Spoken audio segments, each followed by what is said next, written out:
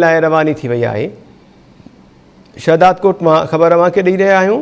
नींगरी तहफ़ुज़ जे लाइ थाणे ते पहुती ऐं वारिसनि ते ज़बरदस्ती शादी कराइण जो इल्ज़ाम हयो। पुलिस जो चवणु आहे त 14 वरनि जी राबिया खोसो वालिद ऐं माइटनि ते नंढी उमिरि में ज़बरदस्ती शादी कराइण जो इल्ज़ाम लॻायो आहे। पुलिस नींगरीअ खे अदालत में पेश करण जे लाइ रवानी थी वई आहे।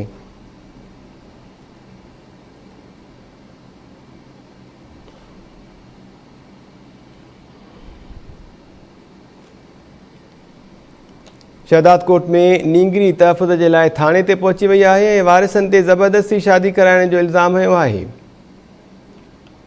पुलिस जो चवणु आहे त 14 वरनि जी राबिया खोसो वालिद ऐं माइटनि ते नंढी उमिरि में ज़बरदस्ती शादी कराइण जो इल्ज़ाम लॻायो आहे।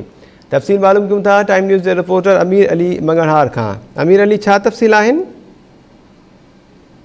शहदाद कोट जे काला मकान माला जी रहवासण 14 वरनि जी नींगरी राबिया खोसो शहदाद कोट जे ए सेक्शन थाणे ते पहुती आहे त मुंहिंजो वालिद मुंहिंजो पीउ मौला बश्क खोसो ऐं मुंहिंजा माइट ज़बरदस्ती मुंहिंजी शादी कराए रहिया आहिनि ऐं मुंहिंजी उमिरि नंढी आहे, मां 14 सालनि जी आहियां, मां शादी करणु नथी चाहियां।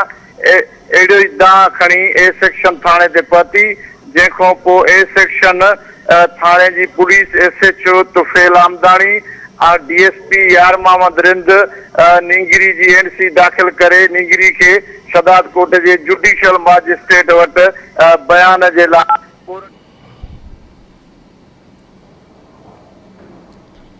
अमीर अली मंगणहार, महिरबानी अपडेट करण जे लाइ।